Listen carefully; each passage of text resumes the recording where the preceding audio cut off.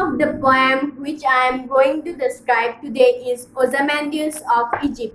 This poem was written by P.BShelley in 1818.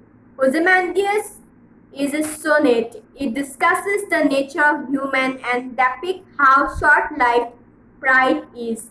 The poem also focuses on the fact that nobody can beat time. Rulers forget this fact and consider themselves mighty and eternal.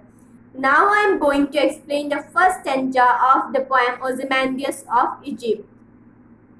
Ozamandias of Egypt, I met a traveler from an antique land who said, two vast and trunkless legs of stone stand in the desert, near them on the sand. Half sunk a shattered vessel lies, whose frown and wrinkled lip and near of cold command tell that its sculpture well those patience read, which yet survive stamped on these lifeless things, the hand that mocked them and the heart that beat. In this stanza, the poet mentions that he meets a traveler from an antique land. As mentioned, Ozymandias, he was a Greek name for the Egyptian pharaoh Ramesses II. Here, antique land refers to Old Egypt.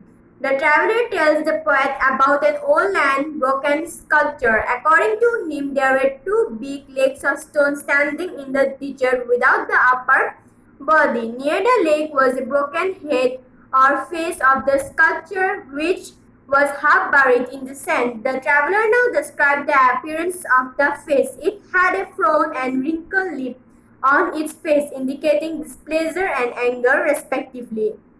The sneer of cold command in the next expression of the sculpture described in the poem. Sneer means disgust and cold command describing the harsh command given by the ruler.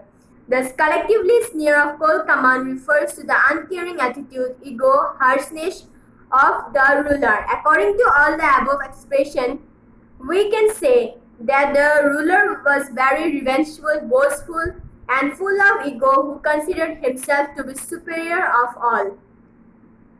The expressions of Ozymandias have been engraved so perfectly and nicely by the sculptor that without seeing we can say what his nature was. The skill in his hand helped him portray the expression, and his heart inspired him to carve out those expressions perfectly on the face of the sculpture.